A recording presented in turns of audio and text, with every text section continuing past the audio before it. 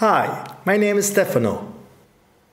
I'm a graphic designer. Before we start, I want to apologize for my terrible English. But hey, I'm not a native speaker. In this video, I'm going to show you how to color correct and prepare images for offset printing, and how to create a custom general PDF preset that converts the RGB colors to CMYK from within InDesign.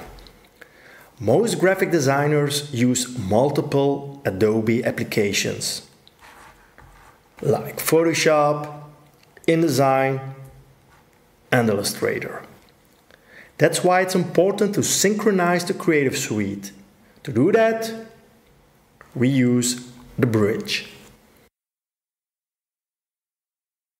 But let's start from within Photoshop.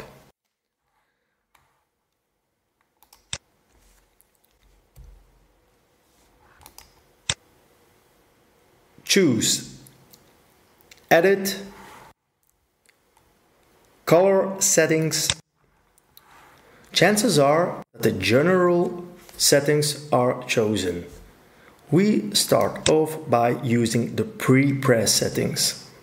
The same holds true if you are an American user or a Japanese user. Okay. Now the RGB working space is set to Adobe RGB instead of sRGB.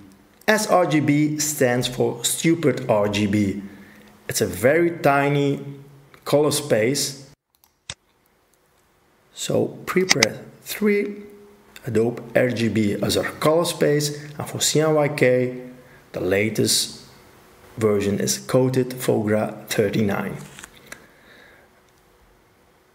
Another important thing are the color management policies.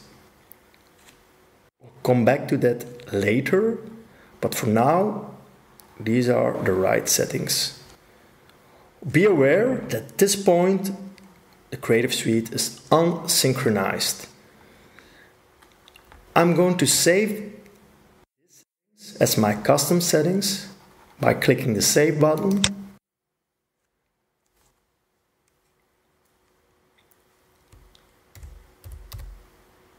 Choose a descriptive name like prepress and click the Save button. You can also enter some comments.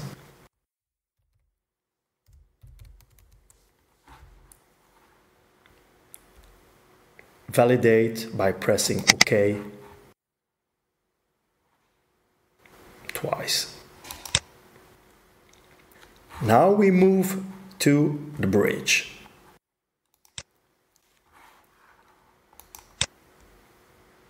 Choose Edit, Color Settings,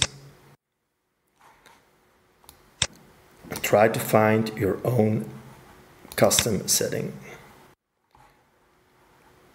At this point, the Creative Suite is not synchronized.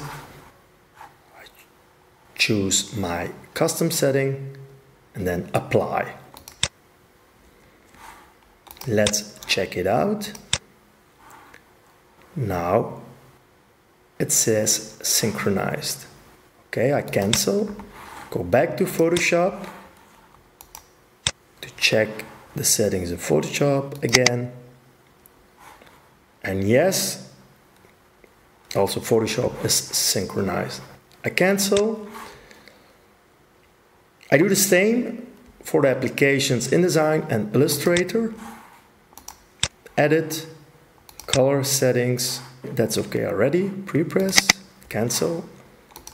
Adobe Illustrator, color settings, prepress. Okay, we're good to go.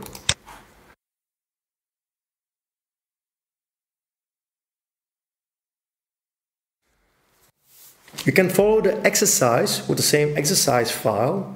The link is included in my YouTube comments. Choose File, Open. The file we need calls Mannequins. It's a picture I've shot in Barcelona. Okay. Now Photoshop ask me what to do. This picture has a sRGB color profile embedded. In most of the cases, we choose the second option, convert documents colors to our working space, and that's Adobe RGB. So I press OK. What is a color profile?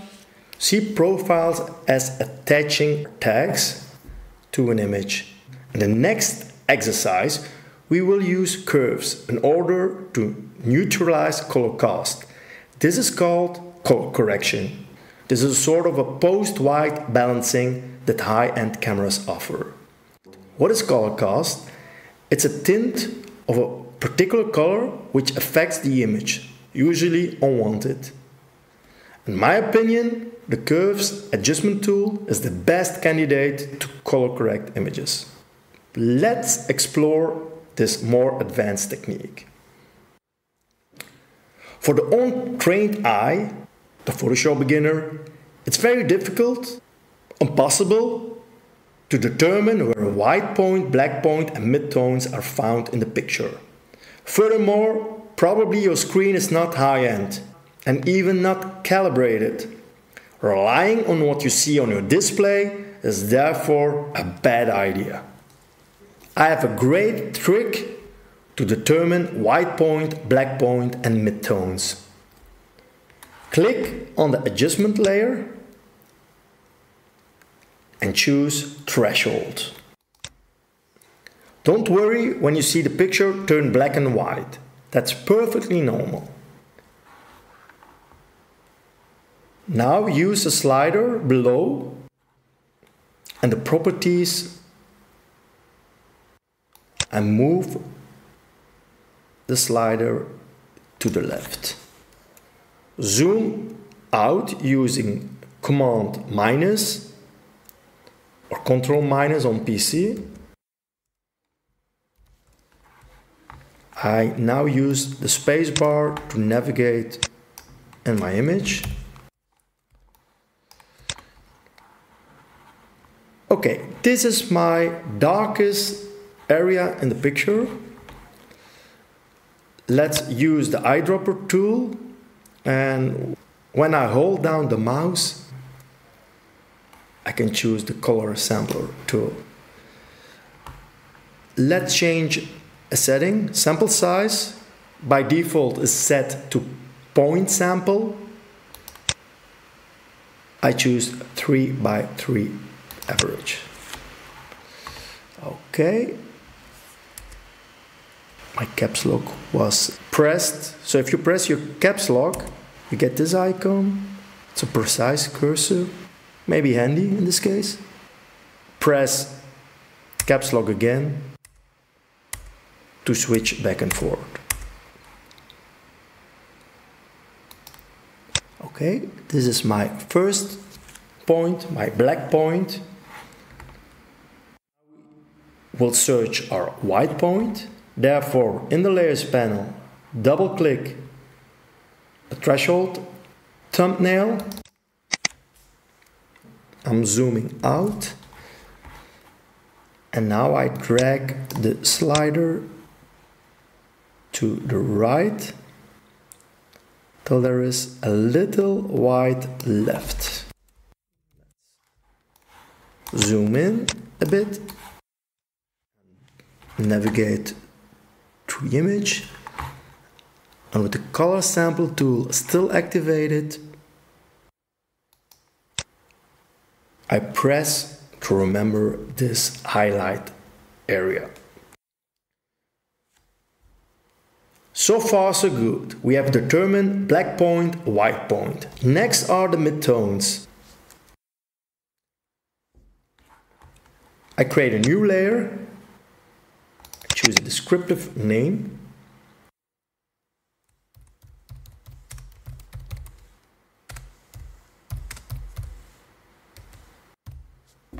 Yes, 50 Shades of Grey.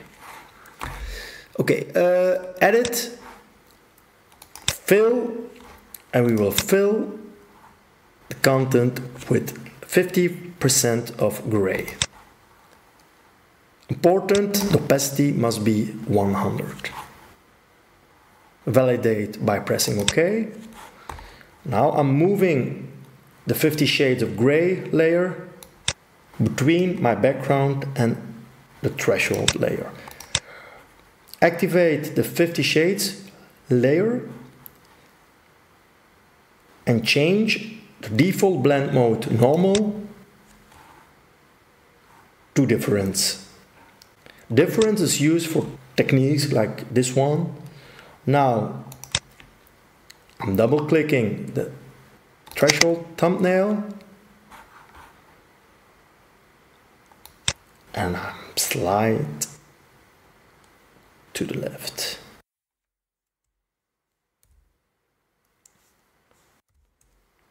Okay.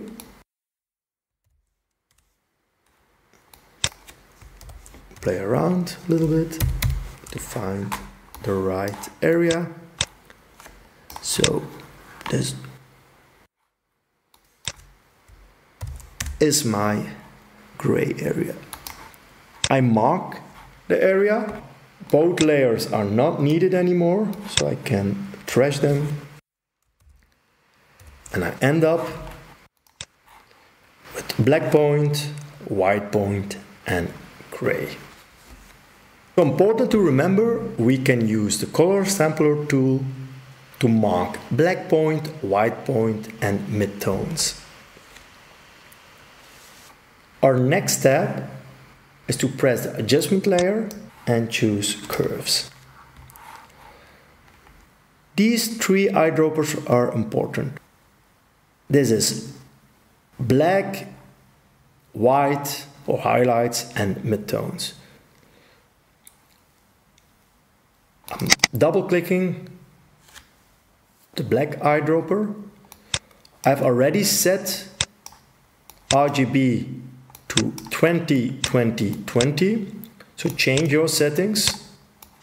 Probably your settings are 0-0-0. I cancel out. Of course, you press OK.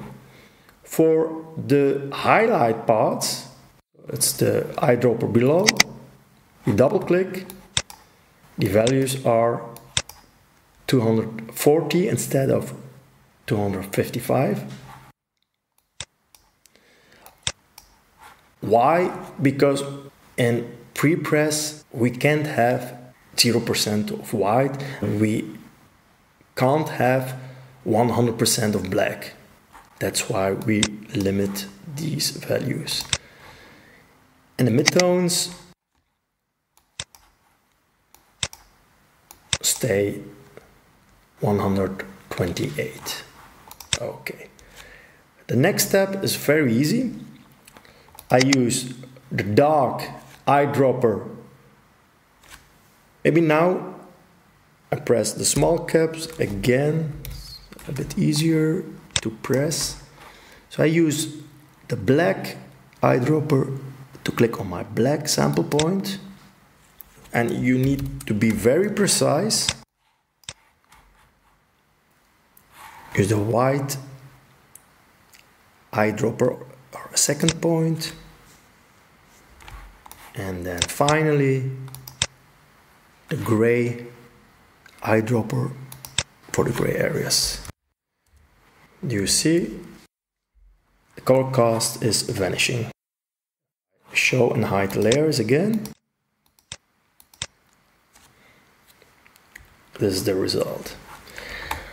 That's also why I use adjustment layers, because these are not destructive. I keep my original picture. If you want to get rid of these sample points, choose the color sampler tool and then clear all. But it's not necessary. Images in print tend to get darker than on screen, and that's why graphic designers often use an S-shaped curve. Let's show me what that means. Double click the thumbnail, the curved thumbnail, and we have the white line. I drag it slightly up. I do the same thing with this point. and I lower this point. So I boost the contrast and saturation. So play around with this S-curve, but don't exaggerate. I'm done. So now it's time to save the image for press. File, save as. I prefer to use TIFF because TIFF is a file format that every graphic application can use. In the Creative Suite you can also choose Photoshop or the native PSD file format. Never use web formats. I know a lot of graphic designers use JPEGs in InDesign. I'm not in favor because JPEG means compression. Okay, TIFF as a copy. We want to keep the file small in InDesign. No layers. And I embed the Adobe RGB color profile. So this is an RGB image. I don't use CMYK-images in my workflow. I save the file. No compression. Byte order, choose PC because Macs don't care about this setting. Okay, let's jump to InDesign.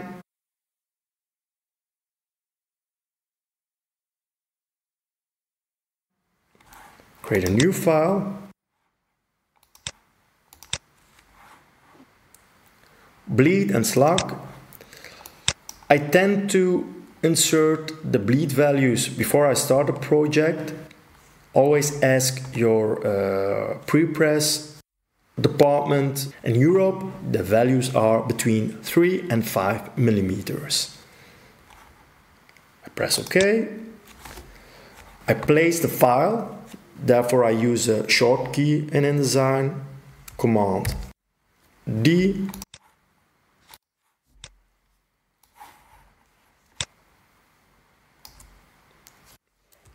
Okay, it's not of any importance how big, etc. I save the file, Command S.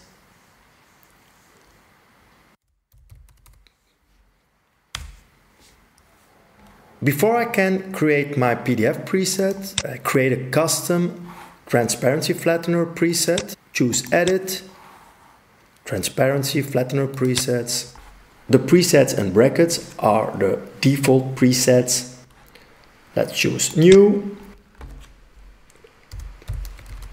Lower the slider raster vector to 75. Change line art and text resolution to 2400. And wait, this needs to be 300. In this exercise, I didn't mention resolution. Use 300 dpi or ppi images for press. My example is only 72 for download reasons. It's not enough to print it. In real life, you are using 300 ppi images. Okay, then check all the boxes. Besides, convert all text to outlines, otherwise your text get bolder, fat. Press OK, validate again, OK. Remember, I called my setting press. It's time to create our custom PDF preset. Choose File, Adobe PDF, Define. I start out with high quality, create new, choose a descriptive name, press. Compatibility. This is the most important setting in Europe. The press industry demands PDF 1.3. I don't know about other regions. The other settings are not important, so you can check them out. We can move to compression. While I'm changing what is downsampling, If you are importing an image in InDesign and you scale it down, it stays big, and the goal of our PDF is to keep the file small. That's why we downsample images that are too large. I'm not in favor of compression, but that's also something you can discuss about. These are my settings. Crop image data to frame keeps the file small, and that's our goal. Marks and bleed in Europe. We only need crop marks, registration marks, and page information. Bleed marks and color bars are not necessary, and sometimes even unwanted by the industry.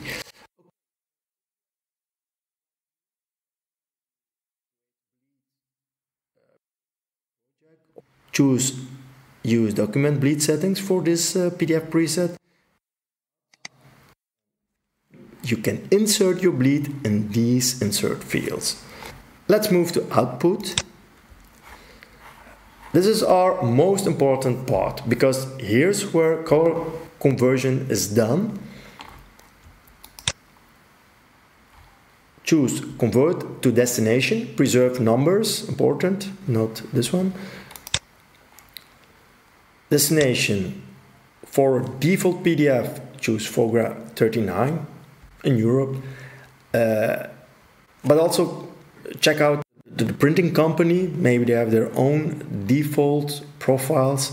You need to follow the guidelines of the press company, but otherwise coded FOGRA 39. This setting is a bit difficult. It depends on the circumstances. When I contact a press company and they don't know what I mean by color management, I don't include a profile. If they know what they are doing, I include a destination profile. But my experience, not every press company has the knowledge. And finally, advanced Transparency Flattener. I choose my own setting, press. Subset font is not that important anymore, because foundries protect their fonts. OPI, it's a very old system, don't worry about it. Okay, and then this is our summary. I'm done. I can press OK to validate. This is my setting, and the settings in brackets are the default settings.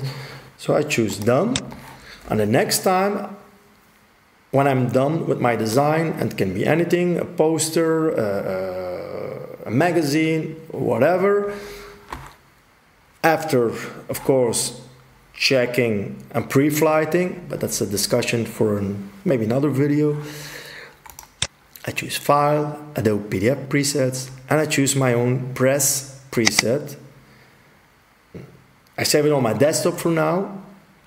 I don't even need to check the values. Maybe point out this little checkbox, View PDF after exporting. If possible, check it. I'm going to export it, and after exporting, automatically Acrobat is opened, and I can check my PDF. And this is only one page, but I can check all the pages, and if it's okay, then I can upload it to the server of the printing company, or I can mail it if it's a small size. Okay, basically that's it. If you like this video, subscribe to my channel. In the future I plan more tips on graphic design issues. Bye bye.